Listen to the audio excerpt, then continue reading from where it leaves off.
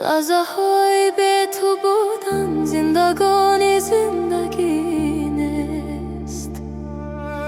تو برای من عزیزی، تو برای من مقدس. تا دم تو را ندارم، دل من غمگین است این پس. تو برای من عزیزی، تو برای من مقدس. تا دم تو را ندارم، دل من غمگین است این پس. لحظه های با تو بودن، لحظه های جاودانی است. لحظه های به تو بودن زندگانی زندگی نیست. تو برای من عزیزی، تو برای من مقدس. تا دم تو را ندارم، دل من غمگین است این پس.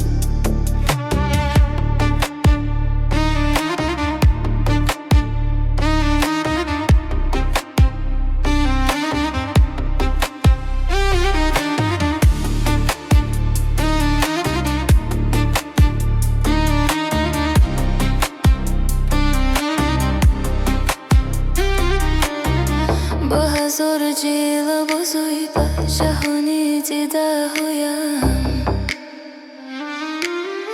با هزار نیاز و آرزو دل و دیده را گشایم. با هزار جیل بزرگ به جهانی دیده هایم،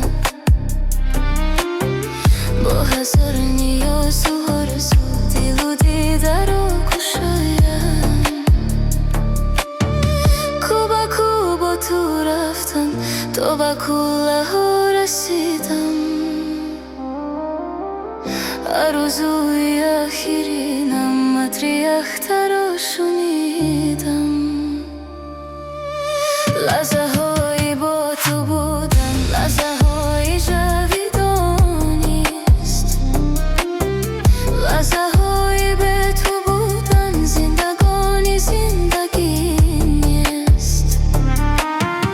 تو برای من عزیزی، تو برای من مقدس.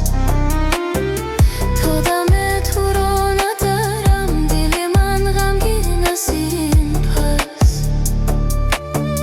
تو برای من عزیزی، تو برای من مقدس.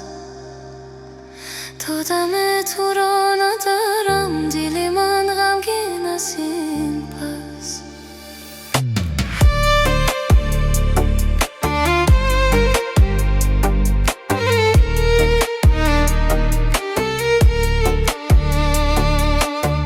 این سرای سنگینی دل مشکن کیلونای توست.